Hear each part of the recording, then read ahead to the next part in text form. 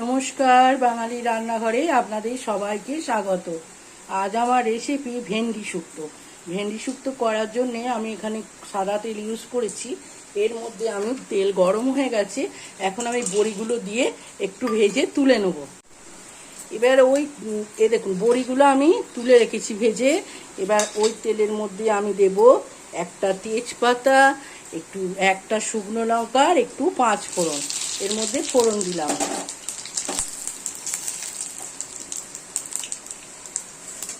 এবার এর মধ্যে দেব কেটে রাখা আলু, উচ্ছে আর কচু। এগুলোকে আমি প্রথমে একটু ভেজে নেব।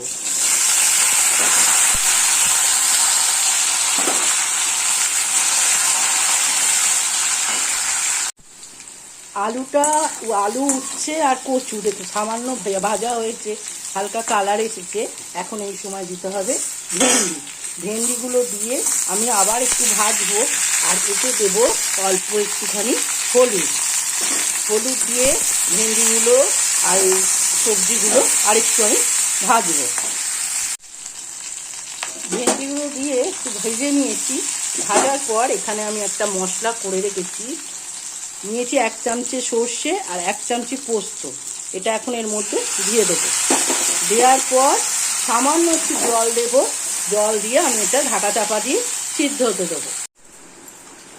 এখন আমি ভেন্ডি শুক্তোর ঢাকনাটা খুললাম। খোলার পর এখানে যেটা দিতে হবে, এই যে ভাজা বড়িগুলো রেখেছিলাম ভেজে, এগুলো আমি এখন দিয়ে দিলাম। এগুলো দিয়ে আবার কিছুক্ষণ নাড়তে থাকবো। আর এখন এর সময় দেবো সামান্য একটুখানি মিষ্টি, যাতে স্বাদের ব্যালেন্সটা বজায় থাকে। মানে কয়েকটা দানা, হাফ চামচও নয়, দিলাম।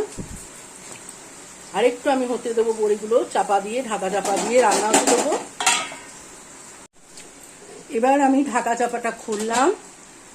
3 মিনিট পর এখানে যেটা দিতে হবে, নামাবার আগে অল্প একটু আদা আমি ছেঁচে রেখেছিলাম, বেটে রাখিনি, দিস্তি ছেঁচে রেখেছিলাম।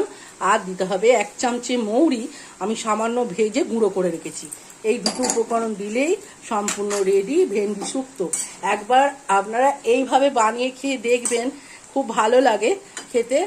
আর যদি ভালো লাগে একটা লাইক, শেয়ার, কমেন্টের জন্য অনুরোধ রইল। চ্যানেলটা সাবস্ক্রাইব করবেন, যাতে নতুন নতুন রেসিপিগুলো আপনাদের কাছে পৌঁছাতে পারে। ভালো থাকবেন, সুস্থ থাকবেন, ভালো খাবার খাবেন।